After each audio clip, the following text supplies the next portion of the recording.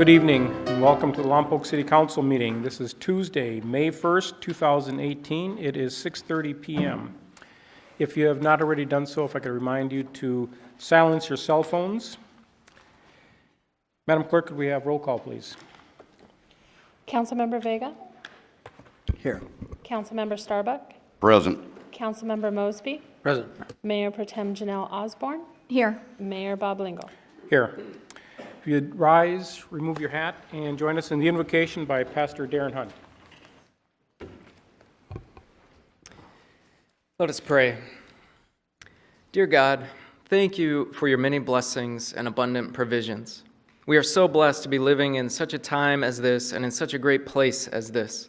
We live in a time where exploration of distant planets is possible and in a place where we can witness its historic launch. God, we pray, bless all those involved in this Saturday's mission to Mars. God, we live in a time and a place where freedom and democracy allow us to gather in rooms such as this and participate in our local government, while technology makes it possible for those not present to tune in to the discussions and decisions made this night. God, bless all citizens of this community to look out for one another, participate in the betterment of our community, and work towards leaving a legacy of service for generations to come. We live in a time where our police and fire departments have some great equipment and tools to keep the peace and save lives. God, bless our police and fire personnel to have all they need to be equipped and staffed to appropriately fit the needs of this community. And God, we pray for the protection of these dear police officers and firefighters. Unfortunately, we also live in a time and place where there's somewhat of mistrust of our city government, where citizens are concerned that the best interests of our city are not always adequately addressed by those in power. God, bless our mayor and these council members to navigate these difficult times and rise above the challenges of the days we live in. Fill them with a wisdom and compassion and concern for this community and her citizens that reaches beyond their mere human traits. Give them the strength and fortitude to do the hard work of leading. Grant them a keen thirst for justice and rightness, confidence in what is good and fitting, the ability to work together in harmony even when there is honest disagreement, and grant them personal peace in their lives and joy in their task. We love this city and pray that you would help her move forward and thrive as a city that cares for and protects all of her citizens, from youngest to oldest, poorest to richest. I pray for the agenda set before this council tonight.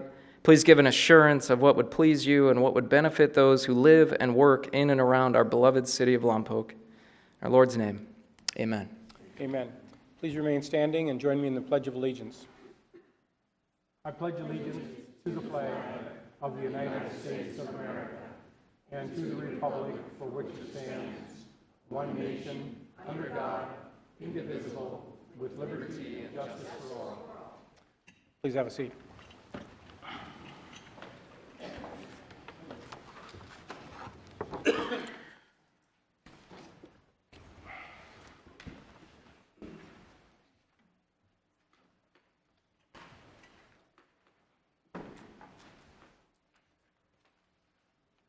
Okay, we have a couple of presentations this evening. First one is a proclamation for National Economic Development Week.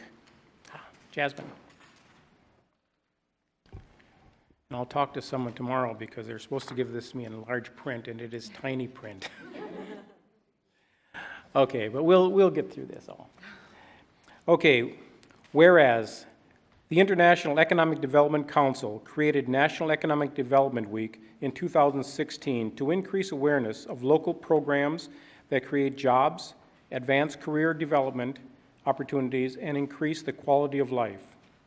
And whereas the International Economic Development Council is one of the largest professional economic development organizations, along with the California Association of Local Economic Development, dedicated to servicing economic developers.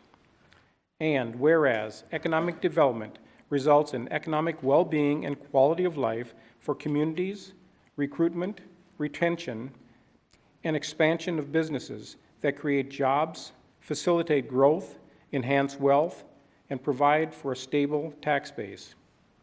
And whereas economic development supports entrepreneurism in order to help establish the next generation of new businesses, which is a hallmark of the American economy. And whereas economic development improves a wide variety of settlings, including rural and urban, local, state, provincial, and federal governments, public-private partnerships, Chamber of Commerce, universities, and a variety of other institutions. And whereas Lompoc supports economic development by having strategic partnerships with economic development organizations such as the Lompoc Valley Chamber of Commerce and Visitors Bureau, Explore Lompoc, and the Economic Development Committee. And whereas Lompoc prioritizes the importance of economic development with a strategic plan and the inclusion of economic development element in our Lompoc General Plan of 2030.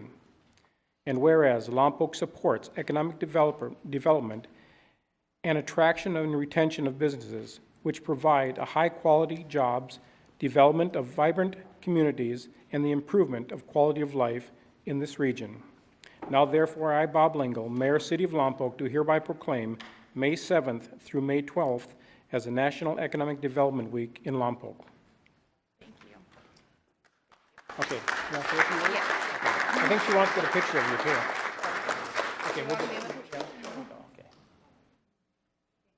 Okay, you want to say it? Thank you, members of the council. I'm Jasmine McGinty in Economic Development. So I just want to also thank our partners in economic development and everybody in the city that really helps to promote economic development and bring businesses in and really keep businesses here. So there are a few members of the Economic Development Committee here tonight, which I would like to thank for all their hard work, as well as the Chamber of Commerce and Explore Lompoc. They're working really hard to put together the event for this weekend, Friday night, well, I guess Friday morning. Saturday morning will be the launch, so that's really a driver for economic development. I also want to quickly note that this week is actually also National Small Business Week, April 30th through May 6th, so go out and support your local businesses. We are very thankful for you guys for choosing to do business here, so thank you. Thank you. Okay, and I'm sure most of you have at least once seen the program America Has Talent. Well, Lompoc has talent as well, and Councilmember Osborne is going to introduce someone that has local talent in our area, one of our local teens. Erin McCallum, would you please come up here?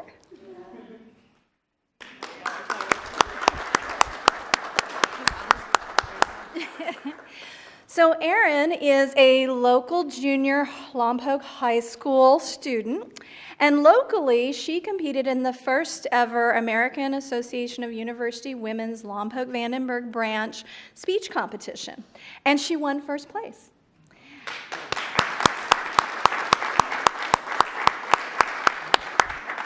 That then qualified her to be submitted to the statewide competition for AAUW's California statewide on the same speech platform via a video.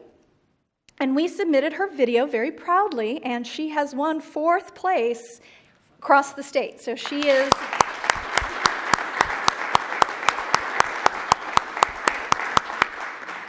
She is California AAUW's 4th place winner. Locally, she competed against 6 other high school students. The competition was open to both sexes. It wasn't just for women. And across California, she competed against 21 other students.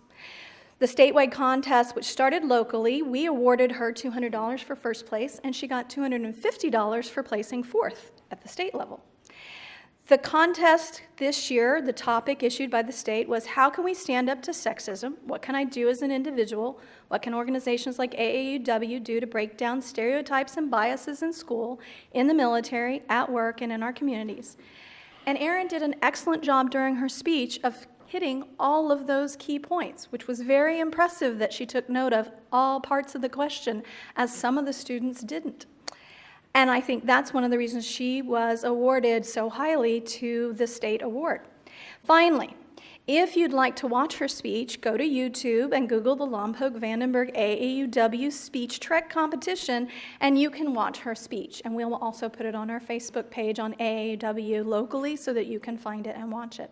So I will give Erin a few minutes to talk about her feelings about competing and what she's going to do with that lovely money she's won. Okay. I think you can handle that, can't you? Yeah. All right. Hi. So,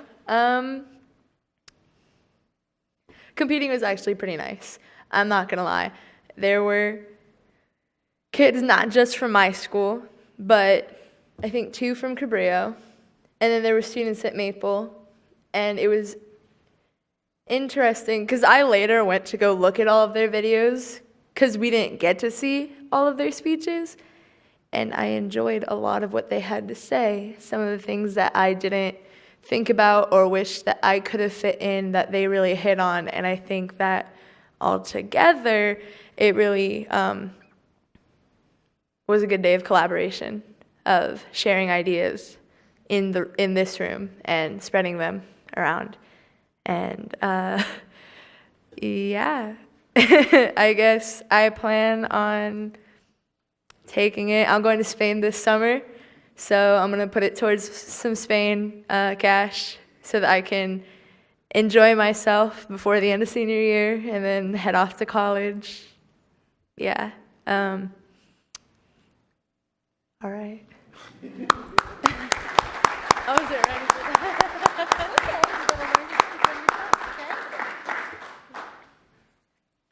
Well, thank you, Erin. You made us all very proud.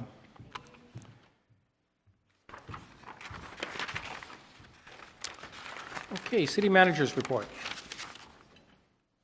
Thank you, Mr. Mayor, members of council. Nothing to report this evening. Okay, it's a great report. Public comment on the consent calendar. This is your opportunity to speak to us for up to 3 minutes on anything on the consent calendar. Seeing no one rise, we're going to close public comment on the consent calendar and bring it to the council. Now, the consent calendar consists of items that are generally considered routine and will be passed with one vote by the council unless a council member chooses to pull an item. Does any council member wish to pull an item? Okay, seeing no one wishing to pull an item, I will entertain a motion to approve the consent calendar. You know what? I'll entertain a motion. Wait a minute. Gotcha. Thank you. Yeah, we did have public comment. Okay, go ahead. I'm sorry. Go ahead. That's okay. I'll entertain a motion that we accept the consent calendar. I'll second. Okay, it's been moved and seconded. Any further discussion? Let's vote. And that passes 5-0. Okay, we have several staff presentations today. First, we'll start with Planning Manager Brian Halverson, who will present preliminary information on a light study at Riverbend Park.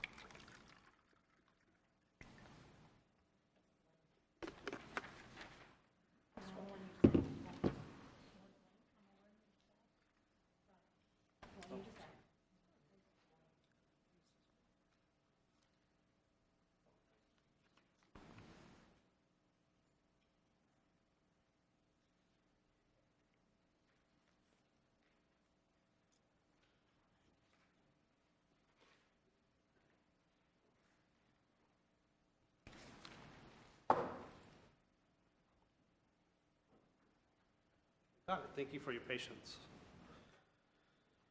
Mayor, members of the council, as you recall, there was a council request to come back and discuss the possibility of a light study at Riverbend Park. Just wanted to start with the first slide, which shows the location of Riverbend Park. The area that we'll focus on tonight is the northern part that's highlighted in orange. Obviously, we have a baseball field here, parking, but this is the area that really we're talking about tonight in regards to lights. So just starting from the beginning in regards to what environmental review has already occurred, we did do an EIR back in 2004. We've looked at that, and it's very clear in that document that lights were not looked at the time. They were not anticipated.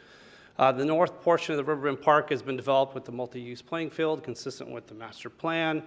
And if I could just highlight, again, this is the area tonight that I think the council request is focused on in those fields located there on the western part of Riverbend Park.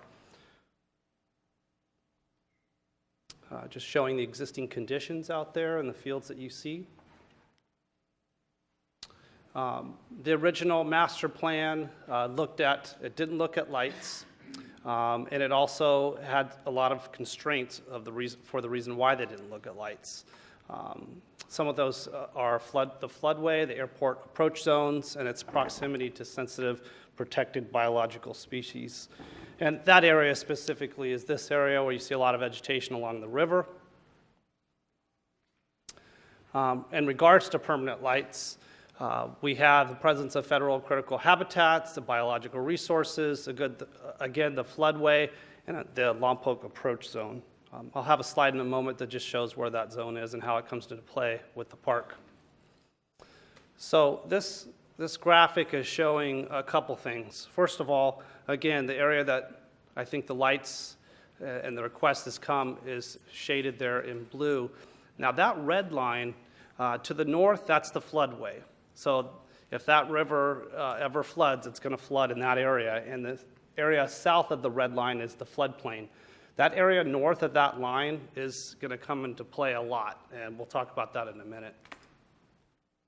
So real quickly, I'm not going to read the whole slide, but essentially that Lompoc Municipal Code section shows that if you encroach into that area, that floodway, you will need to have a hydraulic analysis, and it needs to be certified by an engineer or architect, and needs to prove that the base flood elevation would not be increased. There are potential measures that you could do in order to address that. For example, light standards that are removable. Of course, that would be something that's portable. Emergency power shutoff. And of course, the hydraulic study would need to look into other measures as well. The wildlife, I actually had a chance to talk to an environmental consultant before this meeting, and really the topics that I'm highlighting tonight are the constraints of doing this council request and putting lights out here. There would be a 500-foot buffer from that vegetation area that's along the river, and I'll show you on a graphic in just a minute. That would actually, if lights were placed in that field, it's going to limit basically the area that you would have to put those lights because of a 500-foot buffer line. In addition, because it's in the airport approach and because of the biological resources, those lights would need to be screened and downward and be LEDs. So this is the buffer that I was just speaking about. That area, basically, if you were to draw an imaginary line right here and do a measure of 500 feet out, it's going to restrict what you can do in that area. So essentially tonight what we're looking at is this area right here. Because any environmental review is most likely going to say abide by the 500-foot buffer, and not only that, that's going to be this area right here as far as where lights could potentially go in. Again, screening lights, directing them downward would most likely be the result. And this just shows, it's not the best graphic, but this is essentially just showing the airport approach zone. And that area that's shaded, should have been colored, shows the area of the park. that's encroaching into that area. Again, I talked to a consultant, just hate to put out numbers, but the environmental review would probably be about $40,000. That was just a ballpark figure. I do not have an estimate for lights, and if that's something we want to talk about this evening, I would refer to Recreation, and I think they could give you a real good idea of what lights might cost. And essentially, to conclude my presentation this evening, let's put three options before you. Come back with a staff report and a proposal for installing lights and the environmental work that would need to be come into play if you wanted to move forward, or put the project on hold, or provide other direction to staff. That concludes my presentation, and I'm available to answer any questions at this time. Any questions for Brian? Councilmember Mosby. Do we have engineering staff in-house that could do this report? I do not think we do, but if anyone in engineering could answer that, that would not be a question for me. Michael Luther.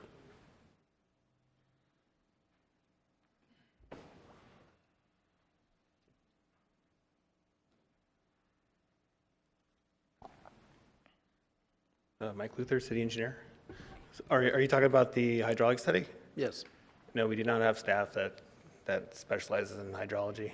We did do a similar report for the bike path. So in 2005, we had a consultant do that, and at that time, it was about $3,000 to do that study. So it's probably gone up. It's 13 years ago. Okay, thank you. And maybe for Mr. Wilkie, could impact fee money be used for this?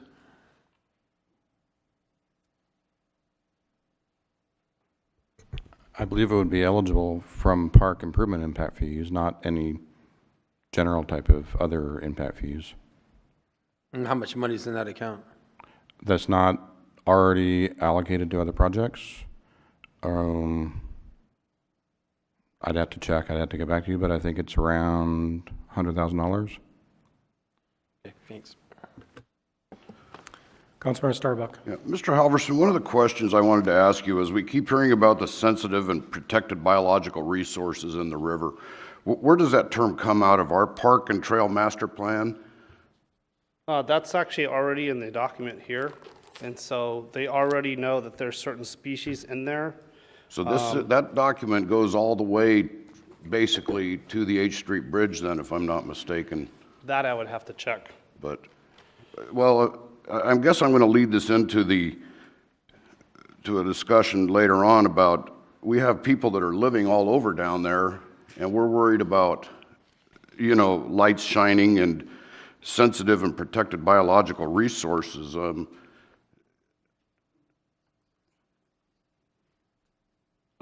was just going to put the slide up that shows that area. So it's essentially all of this area. I just wanted to know where the determination that it is sensitive and protected. A good question. Well, first of all, they have found nesting birds in that area. And then also there was, I guess, the potential for, I would have to check to see if it was found, bat species as well that are protected. So I could do a little more research, but it sounds like there are sensitive species just by default because it's in a riparian habitat. So that would need to be part of any environmental analysis, even for lights. I know it seems like it's strict, but anytime you want to do anything in a floodplain or near riparian habitat, those factors are going to come into play for environmental review, and you really can't exempt those things.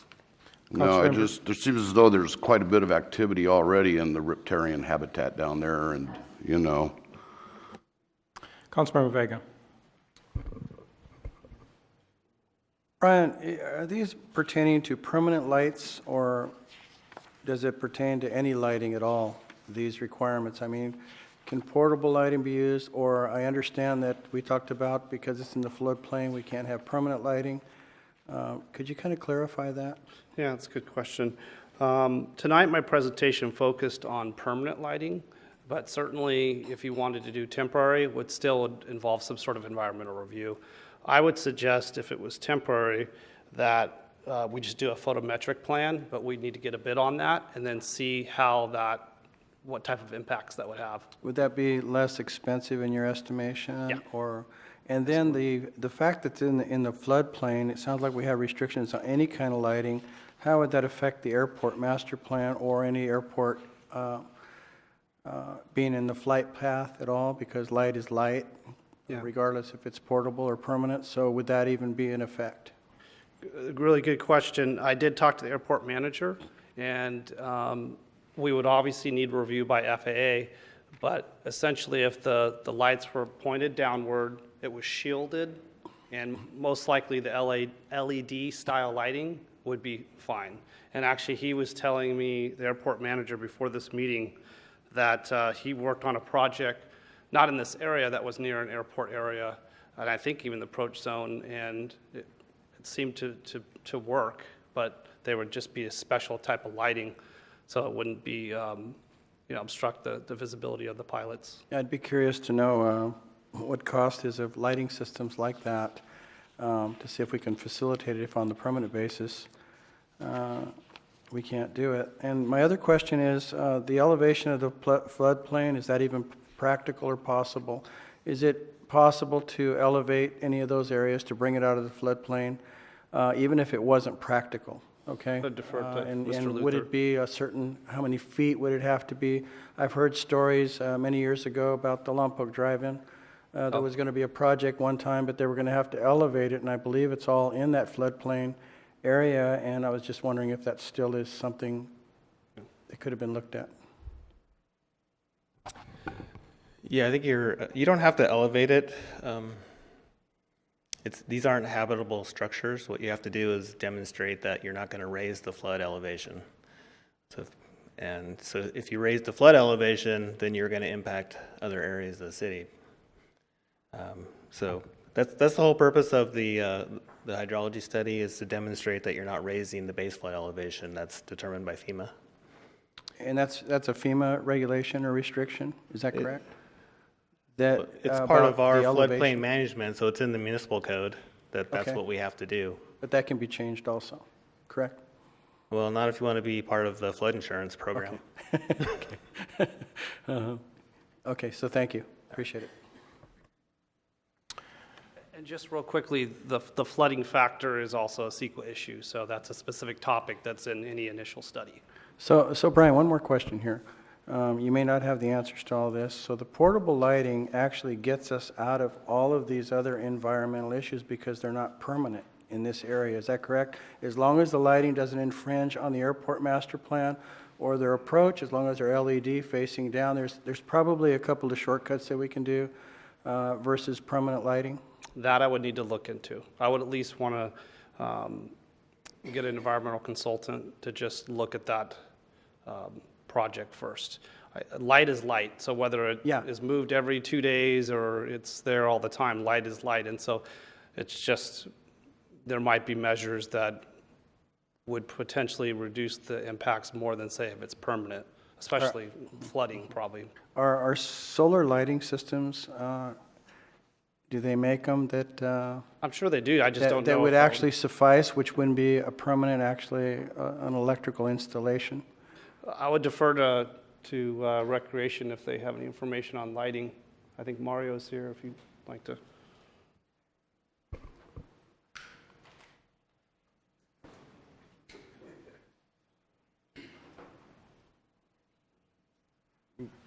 Good evening, Mario Guerrero, Recreation Manager. The portable lights, what Brian referred to with the LEDs, portable lighting is a lot shorter. They're usually 30 feet high, where permanent lights are 70, 80 feet high, so you can get the lights up top and shine down. With the portable lights, it's a kind that you see on construction sites or other places where they're more big bulbs and they're still facing outward. So if we were to face them down, it would be a smaller configuration on the ground. So you're not aware of anything with an extension? I'm not aware of any portable lighting. Mario, on the other end, field lights. Yeah, thank you. But my question on the other end was, are you aware through Park and Recreations, have you guys done a study on solar lighting at all in any of these areas to see if there was anything that would possibly work, because, you know, you can basically, with solar lighting, you can actually extend or build something as high as you need, you know, without the electrical installation. I'm not sure if you, I'm not aware of Park Recs any have checked in to see sports what complexes facilities- with the solar lighting, but again, we can go back and do some research, but I'm not aware of any sports type of complexes that have solar lighting. Thank you. I understand the portable lighting, it only has a certain elevation. Wasn't sure for sports if they have something that works, you know, on the other end that's a little bit taller than construction lighting. Thank you. Definitely. Okay. So, Brian, without any other Councilman Starbuck. Well, I was going to start off the discussion here. It seems as though we could spin our wheels and spend a lot of time on here to do lighting. I think it was a good thought, and I'm glad we looked at it, but the conditions of those fields are such that it's hard to play by daylight down there, so maybe we'd be better off to go ahead and repair the fields before we start looking at the lighting aspect of it. Councilman Vega. You know, Brian, with that discussion we were having on possible portable lighting, the report that you said we would need for that kind of installation, you know, there was a different type of report instead of the hydraulic study, I believe, that you said could apply if we were to look study? at. Yes. Yeah, we would Okay. start with that and see if that would.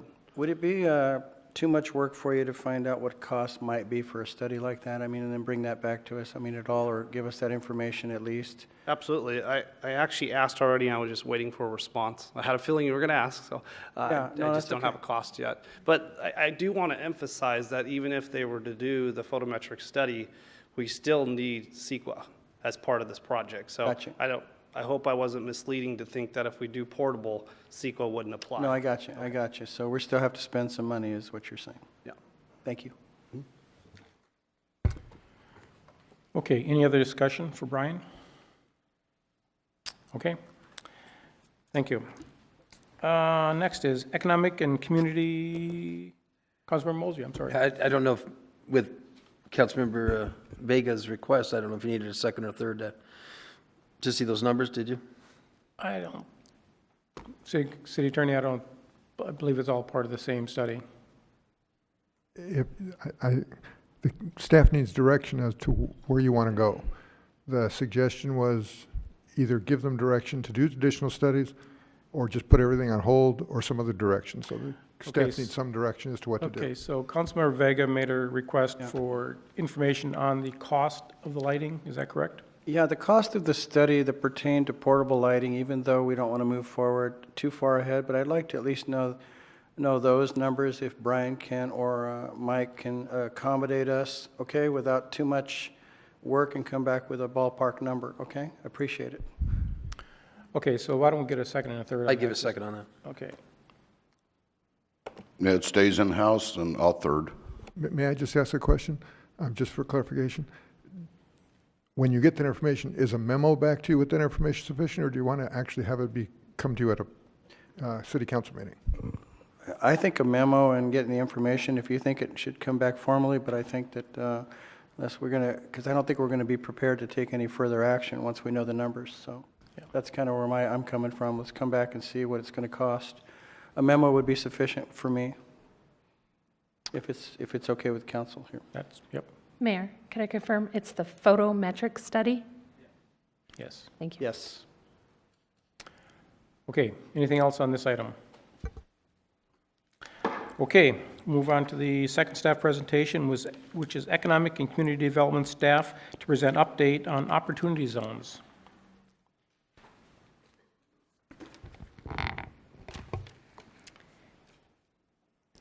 Good evening, Honorable Mayor, City Council, staff, and community. Last month, I provided a brief presentation on opportunity zones with a promise to return with additional information I had hoped to get through a webinar held April 25th. The guidance from the webinar was that over the next few months, the Treasury Department and the Internal Revenue Service will be providing further details in addition to legal guidance on this new initiative, and they anticipate having some of that information released in summer 2018, so June, July, August, I guess. And in the meantime, they're urging people with inquiries to really focus on their websites, since they are the ones pushing out the appropriate information, and that's treasury.gov and irs.gov. So I'm monitoring those sites to see if we receive any additional guidance, and then the staff, economic development staff, is evaluating the value in maybe adding a city webpage that kind of just shows our opportunity zones and says, you know, stay posted, and we can update as more information comes forward. So that's where we're at today. Any questions?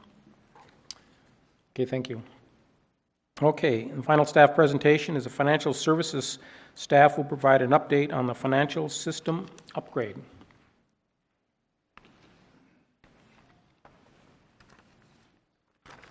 Good evening, Mayor, council members. I'm just here to give you a brief update. This is a very busy month as we're working on both Phase 2, which is payroll and HR, and Phase 3, which is utility billing. So we've been working this week on doing a parallel run and working out all the kinks and everything else, and then we continue it with next week. So we have 3 weeks this week that we're just working on HR payroll. And then the following week we have a webinar on one day for the utility billing, and then we have the 22nd to the 24th where we're having them come out, and what they're going to do is they're going to be working on mapping of our utility billing information from our old system to our new system. And because it's so different, I'm not sure how that will go, but we're very hopeful. We've got a very good trainer on board with that, and we're looking forward to them coming out and doing that. As far as going live, we're scheduled for payroll to go live in July, but if everything doesn't work out, then it'll be 3 months later, and then it'll be October that we'll be aiming for to go live. And the utility billing, we're looking forward to that in February or March. We have 2 other phases that we need to go through, and that'll take us to June 2019 for our community services and business licenses and those types of things. Very, very busy. That's all I've got to report right now. Thank you. Any questions for Ms. Wall? I know we had slipped a little bit in our time recently. Where are we right now? As far as being on schedule. Well, Phase 1, we did get that going on schedule. Phase 2, we're supposed to go to July 1st. That's our area intent. It's a very complicated system. You don't realize how complicated payroll is until you actually try to take it from an old system to a new system. So we'll know by this month whether we're going to have to go and put it out to October. So, but right now we're still on schedule, but there is that chance that we're probably going to push it out to October. Going live with utility billing, we had always planned to go out in around February 2019, so that's still on schedule. Good. Thank you very much, and thank your staff for all the hard work they're doing. Yes, thank you very much. I can't say enough of how hard HR and payroll and IT are all trying to help us get this going and doing it on a timely basis. I appreciate you thinking about that. Okay, thank you. Okay, oral communication. This is your opportunity to speak to us for up to 3 minutes on any item that can come before this council. If the item you want to speak to is on the agenda, you may want to wait till it comes up so we can have it fresh in our minds, but you're more than willing to speak to us now.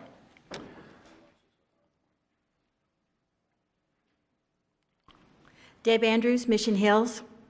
It's ironic I'm here with economic and community development presentations tonight. I'm concerned about Lompoc's economic and community development. Could you back up to the first, please, and I'll let you know. I did a photo shoot around town. Lompoc, City of Arts and Flowers, at the intersection of Highway 1 and 246, a lot of traffic. Pretend like you're a retiree or a business looking for the perfect place to land. Lompoc would be it. But look at this entry, City of Arts and Flowers. There are no flowers there. Okay, next. The north end, Highway 1, lots of traffic. On each side of that lovely sign is a pile of dead stuff. And then before that, it's a sea of weeds. Okay. This is upside down, but it's City Hall, and the weeds line the main walkway. Okay. Main walkway, City of Arts and Flowers. Be nice if we had some flowers planted or in those hanging baskets. This is the right side of the front door. The leaves have been there for a long time. They're pretty compacted. Okay. Just off the main walkway to City Hall, it's all weeds, not mowed. This is the main parking area just outside City Hall where people would park to go into the main building. It's weeds. This is a branch that apparently came off the tree and has laid there so long the leaves are really dried up. It's there today. I would also go to Chamber of Commerce to see if this is a place I'd like to land. This is the parking lot outside of the Chamber of Commerce. Cracked, weeds, neglected. Okay. This is on the side of Chamber of Commerce. You can see a pallet's been laying there for weeks, maybe months, and some other trash, weeds, neglected. Sorry, upside down. These were all going the right way when I left today. This is the library. That's another place I would go to get information if I were looking to find out about this town. Okay. Library, main door, City of Arts and Flowers. No plantings. Okay. This is the left side of the main walkway into City Hall. It's been neglected for quite some time. Library, you can see the weeds and the height of the weeds. It's very neglected. And we're back to the beginning. My point is there are a lot of things we could do in the city that are not being done, and I've sat here and listened to millions of dollars and hundreds of thousands of dollars and lots of committees and lots of people doing things. Does anybody walk around and look at it and pretend like you're a stranger? It's neglected. That sends a message. Thank you, ma'am. Thank you. Next, please.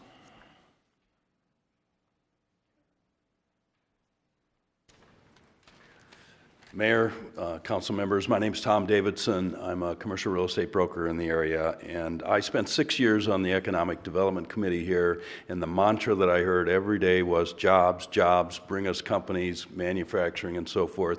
You guys are going into closed session tonight on a project with a company called SureFresh, who proposes to build a $16 million facility, initial employment of 80 people, $3.4 million payroll, and ostensibly the reason it's in closed doors is because of an easement issue.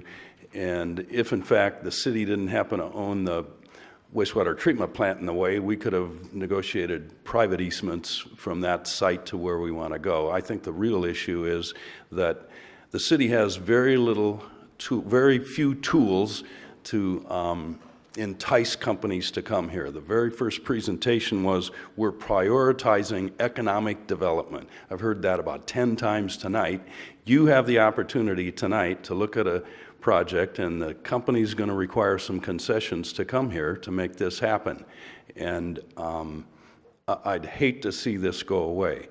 And the reality is that not only would this company come here, but this will kick off a development. The current owners, our estimates are that it'll take $7 million to do the infrastructure necessary to have one client there. We had an offer some years ago to buy one of the lots. 2.5 acres is about $600,000. They were unwilling to spend $7 million to sell a $600,000 lot. In this case, they're going to come out of pocket about $3 million to make this happen. And the reason they are is because now we'll end up with a fully developed lot with finished property where other companies come in, and they, the property owners, don't want to sell further lots, but they want to develop. They own property all over. They're developers. They're a build and hold. They'll develop additional buildings here. I just hate to see you lose this opportunity because there are no other places. Somebody comes to me, I'm a commercial real estate broker, somebody wants to build a 20,000-foot building, a 10,000-foot building. There's no lots here in town. There's no undeveloped, little teeny dispersed industrial lots around town.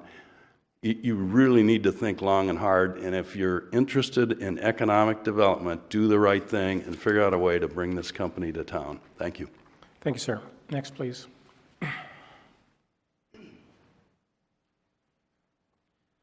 Evening, Council, Mayor. My name is Richard Smith, Lompoc citizen. I'm here tonight. I'm actually glad Councilman Starbuck broke the ice talking about our vagrant issue in the riverbed and as well as in city limits. I'm here tonight to ask the council to do something. We have a bike chop shop on city limits right behind Limo's Pet Feed and Supply. I've seen it with my own eyes. We had a gentleman get his $4,000 bike stolen out of the Albertsons parking lot the other day. I believe that is a felony, Police Chief Walsh. I see these scouts coming through my neighborhood in the northeast side of town, vagrant-looking guys riding around on beat-up bikes or spray-painted bikes with a backpack. They go around during working hours to see what they can get into and what they can steal. I know our chief is working on some long-term solution to partner with the county, but crime is happening right now. And last time, I don't think anybody in the city has diplomatic immunity to where they can just break the law. And being homeless doesn't give you a right to break the law. The other issue is this bike chop shop is there probably so that they can make money to buy opioids, heroin, or meth. So what type of investigation are we doing to find out where they're getting it from, Police Chief Walsh? Please address the council. Well, as a citizen, I'm just going to make this clear. As a citizen of Lompoc, I'm your boss, as well as all the other citizens here, and that means I'm your boss too. So I can address him if I want to. I would like for us to pass an ordinance that says hazardous camping is illegal to give our police officers some teeth so that we can show people that Lompoc is not going to deal with, an out-of-control vagrancy problem. So I would like the council to make a motion tonight to address this emergency, because if you're connected and you're paying attention to what people are saying in town, pretty soon you're going to have a mob of citizens go down in the riverbed and take some kind of mercenary action. Do we want that to happen? Because I'm pretty sure it's going to eventually happen. Something's going to happen to a citizen that goes down there. They're going to get attacked by one of these people that are on drugs or have mental health problems. And I'm not going to sit here and act like homelessness isn't an epidemic in our country and that the middle class is constantly being squeezed and people keep falling into these dire straits. But, I'm not going to sit here and let this continue to happen. I mean, this is going to be an election issue if it doesn't get addressed. If Sheriff Brown doesn't deal with this, it's going to be an election issue. We're going to make sure he doesn't win Lompoc. And if we don't have people that are coming up for re-election here come up with a comprehensive plan to deal with this, then we're going to find somebody else that will. That's where we're at. So deal with the problem. Thank you. Thank you, sir. Next, please. Hello, my name is Kenneth Bridget. I live over on the west side of town by Miguelito Elementary School. Westvale Park right across the street. I live right there on that street. And I had a couple of concerns that I wanted to talk to you guys about.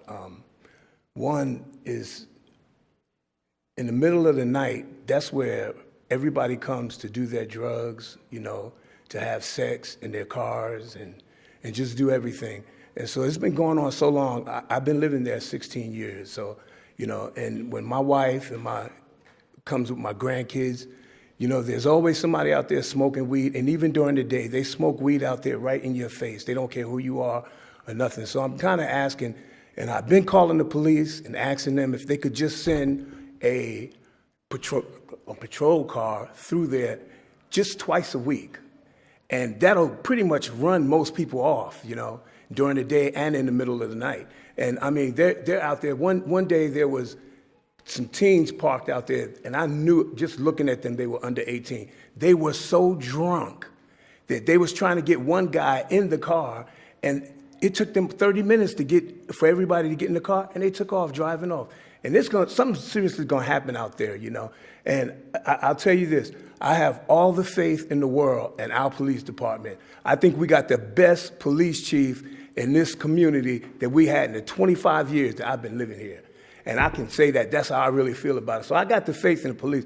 But if we can just get a patrol car to just drive through there once or twice a week, it would really help, you know, because, I mean, I have a hard time paying these county taxes for my house. You know, it's $4,000 a year, you know. So I think that that's not too much to ask for, to just have a patrol car come through there. And once they finish eating their food in the middle of the night, whatever they got left, they toss it right out the window, right in the middle of the street. And there's garbage cans right in the park right there. So the rats come down from the mountains, and the other animals, they come down and they eat it, you know. And I killed 2 rats in my garage, you know, 2 rats, even though a cat could have killed one and dropped it off there. But, I mean, I know they come out the mountains down there, you know. So I'm just asking if, you know, we can just get a patrol car out there, and that'll pretty much run them off. That's my biggest concern. And once again, this is not directed toward Police Chief Walsh in the least, not at all. I think they do a good job, you know, but I just think that if they could just once a week or even twice a week, it'll really help a lot. It'll help the whole situation. Okay, thank you, sir. Next, please.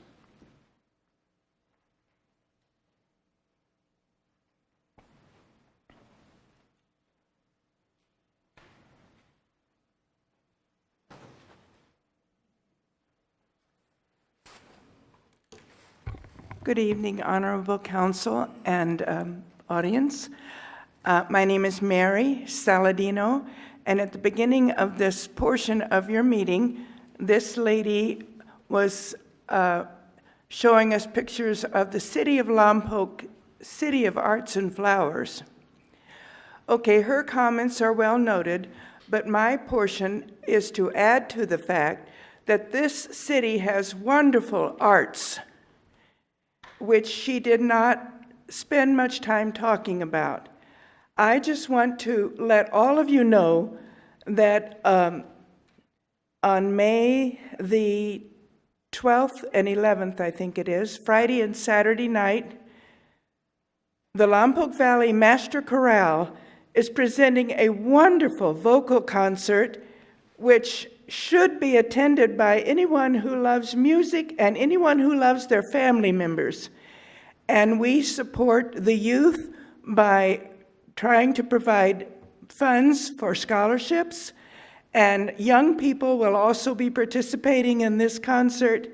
You have the highest quality director, Kathleen Hacker, and our chorale has been in existence for, I don't know the exact number, but it's more than 15 years. And we have about 60 members, and it's a wonderful program. It will be at the Methodist Church, First United Methodist Church on North Street and F. It begins at 7:30. Tickets are available at the door, or I have some also if you would like to meet me in the lobby. Thank you so much for listening. We also had this past weekend the Lompoc Valley Iris Society. Did any of you attend? The flowers were just outstanding. Did you see that? The lady who was pointing out all of our problems about the weeds. I also want to let you know that weeds provide oxygen just like the trees. So thank you for listening, and please attend our concerts and support the arts. It's very valuable for our community. Thank you. Thank you very much. Next, please.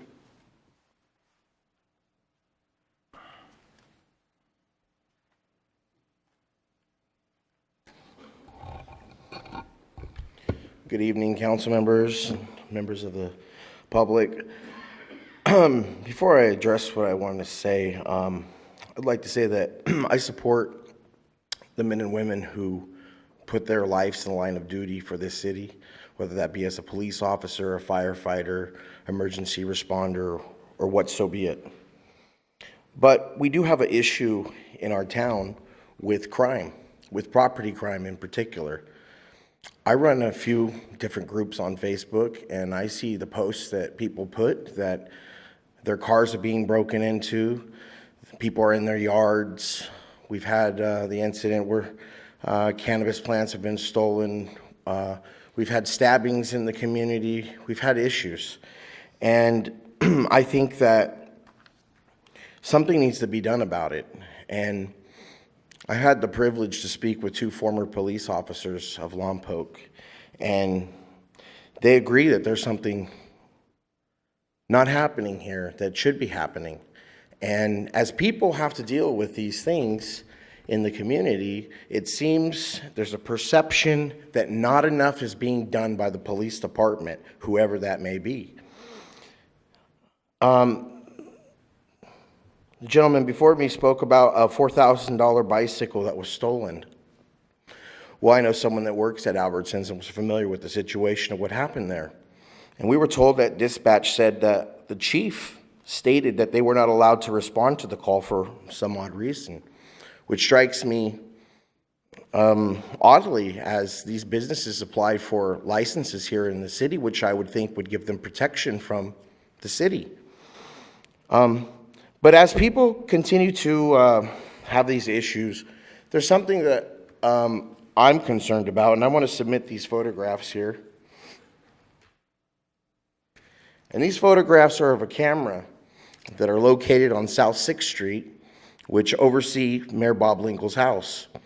And there's also a camera that's located on the corner of 7th Street and Olive Avenue, which looks down upon the alley entrance to Mayor Linkle's street.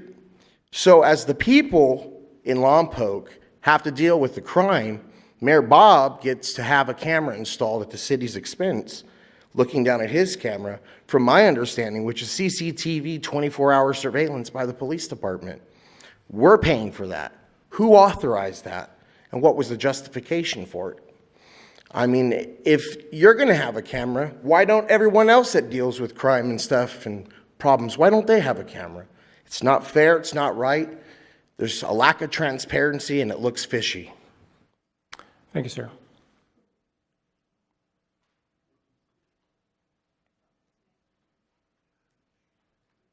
Shiloh Bellegarde, Lompoc. How y'all doing this afternoon, this evening, I mean? You guys having a good week, I hope? I'm having a pretty good week myself. I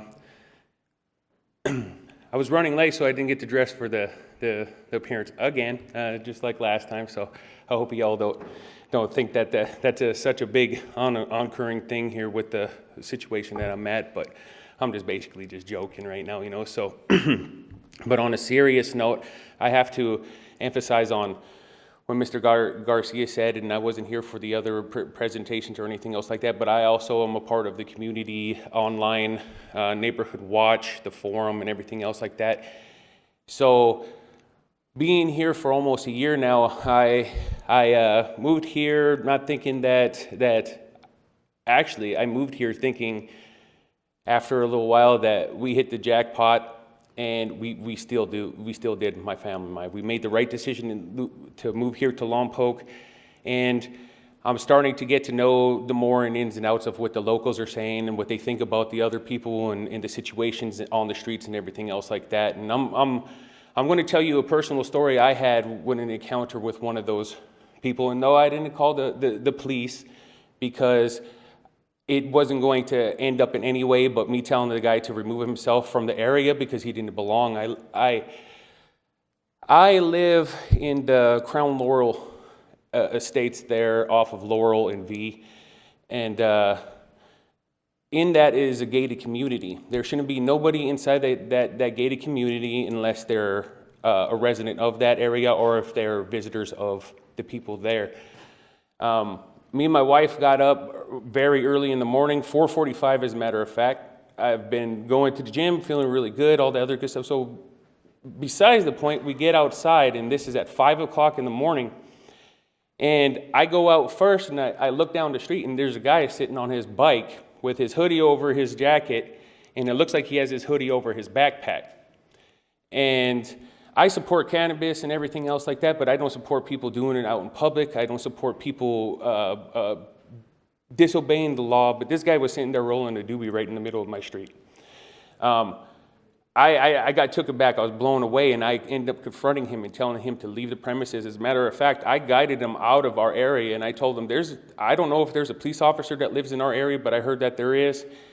And I am the only person that you could possibly see right now that's going to be nice about the situation that you're in, because you're trespassing. And that was just one situation. I removed him from my property, but my daughter gets up just an hour later, and she would have ran into that.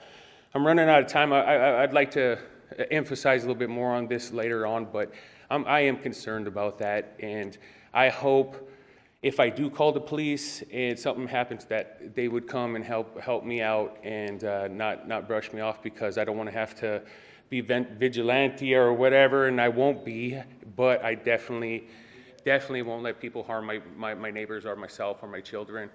And I don't want to incriminate myself or anybody else. And I appreciate it. Sorry for overspeaking, guys. Okay, thank you. Next, please.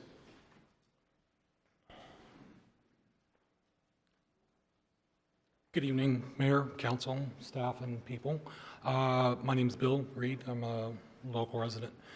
I'm not going to rehash, but as everybody has stated, if you look on the local forums, you can see people have had it. We're done. This is over and done with. Chief Walsh, thank you for all that you do with the limited resources you have. And that brings up, I guess, a point is distributing resources. There are special projects that go on. I know there are ear tag things that are sponsored at the state and federal level and such, but I would think that it would be a little more prudent to put some of those things aside a little bit and redirect some resources on. Yes, pedestrians, jaywalking, cars not stopping, those are all important things, don't get me wrong. But I think if we could possibly put some of these side projects on hold and redistribute some personnel to these issues, these areas. Gentleman alluded to the mayor's cameras. That's an everybody problem. Lights, watching out for your neighbors, being a visible person, lights, and eye contact, as law enforcement can tell you, just a presence. That's one of the first things law enforcement is taught is presence. That is a deterrent. So if you go out there, go out for a walk, go get a breath of fresh air, you see someone, make eye contact with them. That's the first deterrent. What we can do on the city council level is, again, let's address it. They're hamstrung by finances. I get it. We all are. We have the new cannabis starting. There's an influx of proceeds right there. Let's use that. Let's give it to the chief. Let's put another officer or two on the street. Let's put them out in the target zones, in the dark areas that are the problem areas, and address that. And that's give them the teeth, like the other gentleman had brought up. But I would like to see the council take this a little more serious, because it's sad that we have to live like this, locked down, closed, but that's also a reality, people. Lights, lock your doors. Don't leave anything in your car. You've heard the police officers say that. If some guy walks by and he sees something sitting on the seat, yeah, he's going to go for it. Don't leave anything in your car or in the bed of your truck. I'm almost out of time, but I do appreciate the time, but please do take this more serious. It's affecting your constituents, and yeah, it could affect outcomes of elections down the road, because people are going to remember this. And I do suggest you go on some of these forums and see what people have to say. It'll get your attention. Thank you. Thank you, sir. Next, please. Okay, seeing no one rise, we're going to close oral communication. Come back to the calendar, and let's see, we have appointments. So you may or may not realize we lost a longtime employee, longtime employee retired. His last day was today. He was the utility director, and it was Mr. Larry Bean. Larry was he was one of the commissioners for Northern California Power Agency, and also for TANC, Transmission Agency of Northern California. So with him retiring, we need to place new alternate directors on there. So with Northern California Power, we have Larry Bean and Brad Wilkie. Mr. Wilkie has asked, no, Brad, I think you're okay with staying on NCPA, is that correct? Okay. So we want to replace Larry Bean as an alternate commissioner, and we have Mr. Tikan Singh, who is the acting utility director, and I'd like to nominate that we place Tikan as a staff alternate member to the Northern California Power Agency. I'll second. Okay. Do we have any discussion on that? And let's vote. That passes 5-0. Councilmember Osborne's the alternate as well. She's the council alternate for that. Then we also have TANC, which is Transmission Agency of Northern California, which Mr. Bean was on, and Mr. Wilkie wants to step down. So here again, I'd like to nominate Tikan Singh, the acting utility director, and also Councilmember Osborne, if you don't mind being an alternate on that as well. Not a problem. Okay, so I'd like to nominate Ms. Osborne and Mr. Singh. I'll second. Okay, discussion? Let's vote. And that passes 5-0. Okay, we move on to item number 5, which is adoption of resolution 6175, parentheses 18, supporting the reducing crime and keeping California safe. Seems like a pretty appropriate thing for the agenda tonight. I did not plan this, Mayor. You know, before I get into this resolution, I wouldn't mind addressing some of the comments if that's okay with you. Sure, go ahead. Okay, so first off, Richard Smith, you're absolutely right. The buck stops with me, and I don't know if he left or not, but I am in charge of the police department, and there is a bit of a problem. I'll just address that bike theft. The bike was stolen and wasn't reported for 12 hours. So by the time we took the report, it was 12 hours long. We weren't able to look at the video because nobody knew how to use the video. And if you own a business and you have a video camera system, please tell your people how to use the system, because it took 3 days for us to view the video. And quite frankly, I don't think it was homeless people. So there is a lot of bikes in the river. There are a lot of bikes in the river. I don't know if this one is or not, but I showed 2 advocates in here that know all the homeless people in town the picture that we have, and we can't identify the person. It's horrible. So 2 things: teach your employees how to use the camera system and upgrade the camera system. The 1980s cameras don't work anymore, and the cameras they have now are cheap. And then I'd like to address the cameras on the mayor's house. That was my decision. If anybody threatens any of you, whether you want a camera or not, I'm going to put it on your house, because that's my job, is to keep you safe. And it's a little different to have a politician threatened by somebody as opposed to like 2 neighbors not getting along with each other. So I could have taken it down a long time ago, and now I will. It's just been on the back burner, but that's why my decision. City manager approved it. So. And then I want to hire Bill, because he talked about more resources for the police department. I agree 100%, and I'll just let you know, we've revamped the way we're hiring police officers and dispatchers. We have the most premier hiring authority probably in America. Joe Mariani, my captain, he comes from LAPD, he knows how to hire people. He's trained a couple of folks inside of our building, and we were pumping out, 131 backgrounds we've done. We've hired 21 people since he's gotten here. So we're pumping out, and we're going up to speed. The budget threatens that, though. And so, but when the four training officers, the 4 officers that are in training, when they get off probation here by the end of the month or so, fingers crossed, then we're going to create a full-time homeless liaison officer, and that is going to be their entire job, is to liaison. And, you know, not that homelessness is a crime, but when you take people like Brian back here and Mark Ashamal, and you pair them together with a police officer, they could do different things, and they can stay on folks that need mental health and they need drug and alcohol treatment, because they don't come to that conclusion unless you kind of stay on them. So that person, I'm going to give very specific direction to that police officer, and they're going to help people. They're going to help people, and it's going to help our town. And then if we stay healthy, if we don't have officers hurt or go to other departments, at the same time we hire that officer, we're going to hire a sergeant and 2 officers to do just special projects.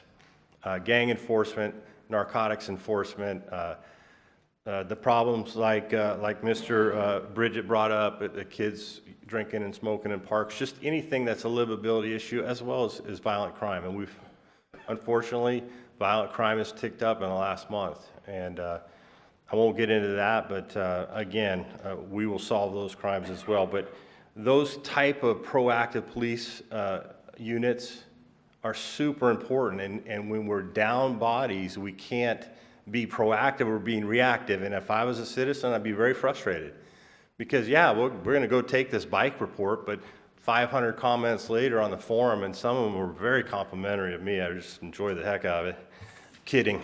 But you know, I get it, though. I get it. So we're trying. So I'll move on to this resolution. Now, I'm not a politician, and I don't play one on TV either, but there's been a problem in California, and so just so you know why I'm bringing this to you, I am a representative for the California Police Chiefs Association. I represent all municipal chiefs in Ventura County, Santa Barbara County, and San Luis Obispo County. Our region is Region 12 for the California Police Chiefs Association. And we have been concerned with AB 109,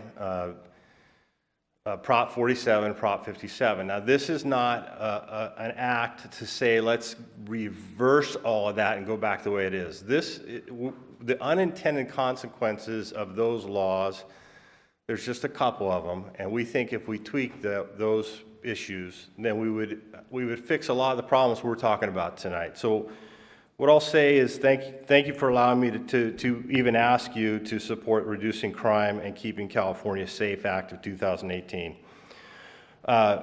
What this rollback of, there's just a couple things in all 3 of these bills we want to roll back. So we want to reclassify nonviolent crimes, and I'll talk about the crimes. Prop 57 is extremely vague. It just says that nonviolent criminals shouldn't go to prison, but they don't define what violent crime is, and I want to talk about that in a minute. Would like to stop the early release of violent felons and expand the parole oversight and strengthen the penalties. And what AB 109 does is that whatever you go to jail for is all they're looking at when they decide whether to let you out. And what we're saying is that's fine if you got arrested for robbery, but look at their past. So if there's a history of violence, they're not doing that because of AB 109. And we think you should look at the whole picture if you're going to let somebody out. And I'll give you an example. There was a gentleman. There was a guy that got arrested for robbery with a gun in Los Angeles. And when he was out waiting to go to trial, he did surveillance on the robbery detective that was going to put him in prison when they finally went to trial. And so he knew the detective's patterns. Actually, was a friend of Captain Mariani. And he gunned this guy down, this detective down, picking up his kid from daycare. The last thing he did before he died was he picked up his 6-year-old and saved his life. Prop 57 let that guy out the other day. That's the kind of stuff we want to fix. We'd also like to pay attention to the next one. We'd like to, felony theft went from $450 to $950. And they took away petty theft with a prior. In the past, if you were caught a third time stealing, it was a felony. So in essence, you can go steal $949 of product from Vaughn's every day for the rest of the year, and it'll never get compounded into a felony. And why that's important, you know, it's not the homeless people that are, I mean, some of them are stealing too, but it's everybody. And I shouldn't say everybody, but it's a lot of people. You know, Captain Mariani, we're going to a meeting at the firehouse, we're walking down the alley, and 2 ladies come running out, and for crying out loud, never steal from Grocery Outlet. They're the one store in town that'll chase you down. And they were chasing them. And so luckily they ran right into us. I think they were scared of the employees and they ran to us. Anyways, it was a lady and her daughter, lady in her 60s and her daughter in her 40s. Both had good jobs. I know one of them. I know where she works. And we're like, what are you doing? And they said, well, everybody else is doing it. You know, and they could have paid for the products they stolen. So we think changing, getting that back where you could, the third time, I'm sorry, it's a felony. So there are what we call, that's what you call serial thief, and then there are organized crime gangs that will rent a U-Haul truck and go all up and down California and then go back to LA with a truck full of product and sell it. And that's the kind of stuff we want to stop with this law. And then we would like to get back to collecting DNA. So basically, people don't know this, but if we stop you with heroin, cocaine, methamphetamine, stuff like that, it's a citation now because Prop 47. It's a misdemeanor. It's not a felony like it used to be. But we used to collect DNA from a lot of types of crimes because the research shows that there's certain types of crimes that are like building blocks to violent crime, and we're not collecting that DNA.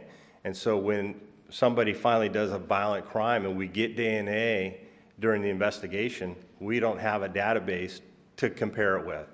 So those are the 4 things that this act would change. But I would like to list the things in the current law does not consider these violent crime. And I'll just go down. Human trafficking of a child, abducting a minor for prostitution, rape by intoxication, rape of an unconscious person, felony sexual penetration, sodomy, or oral copulation with drugs are used on the victim if the victim is unconscious, a drive-by shooting, or a shooting on foot at an inhabited dwelling or vehicle, assault with a firearm, felony domestic violence, felony assault with a deadly weapon, serial arson, solicitation to commit murder, assault with caustic chemicals. I have a whole nother list. It keeps going on. These need to be redefined as violent felonies, and that's what this law would do. Now, I'm a public official. I don't have I can't take signatures, and I'm not here to take signatures. I'm here for resolution so that Lompoc could tell Sacramento, hey, look, let's fix the unintended consequences of these laws. So thank you for your time, and I answer any questions. Any questions for the chief? Well, Chief, some of the things you mentioned on there that are not violent crimes, I think everyone is appalled to hear them. I can't even imagine what would be considered a violent crime. I mean, is it something more horrendous than prostituting a child? I mean, I can't even imagine that, so. I do have a question. Councilmember Vega.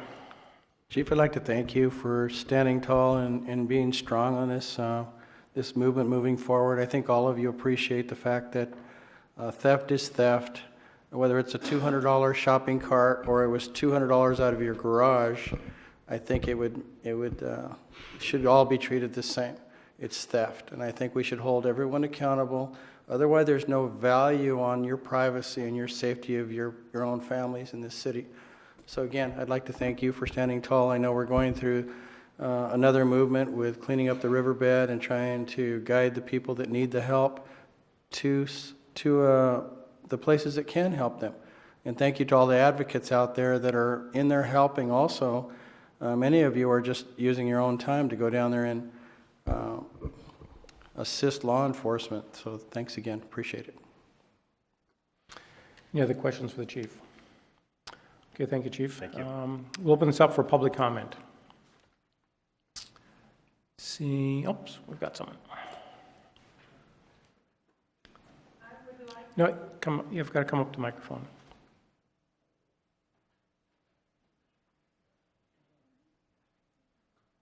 Evening, Council. Bill Schuyler, Lompoc. In a sister town last week, visiting a power equipment shop, and kind of got talking about this petty theft that they changed in here. And the owner of that business shared with me that this gentleman came in about 10:30 in the morning, walked over to the camera, looked at it, smiled, turned around, walked over to the front door, grabbed a power blower, and went out the door. The merchant there called the police. The police, that first question they asked is, how much is it worth? And he said, it's X. And they said, we can't do anything about it. It's got to be $900 and something or more before we can do anything about it. About an hour later, another shop, same individual, same MO, except this time he got a power hedge clipper.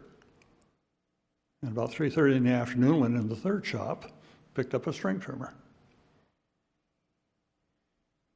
Now, it probably doesn't sound much to these people, but you know, that's $1,000 worth of merchandise that was donated, and nobody could do anything about it.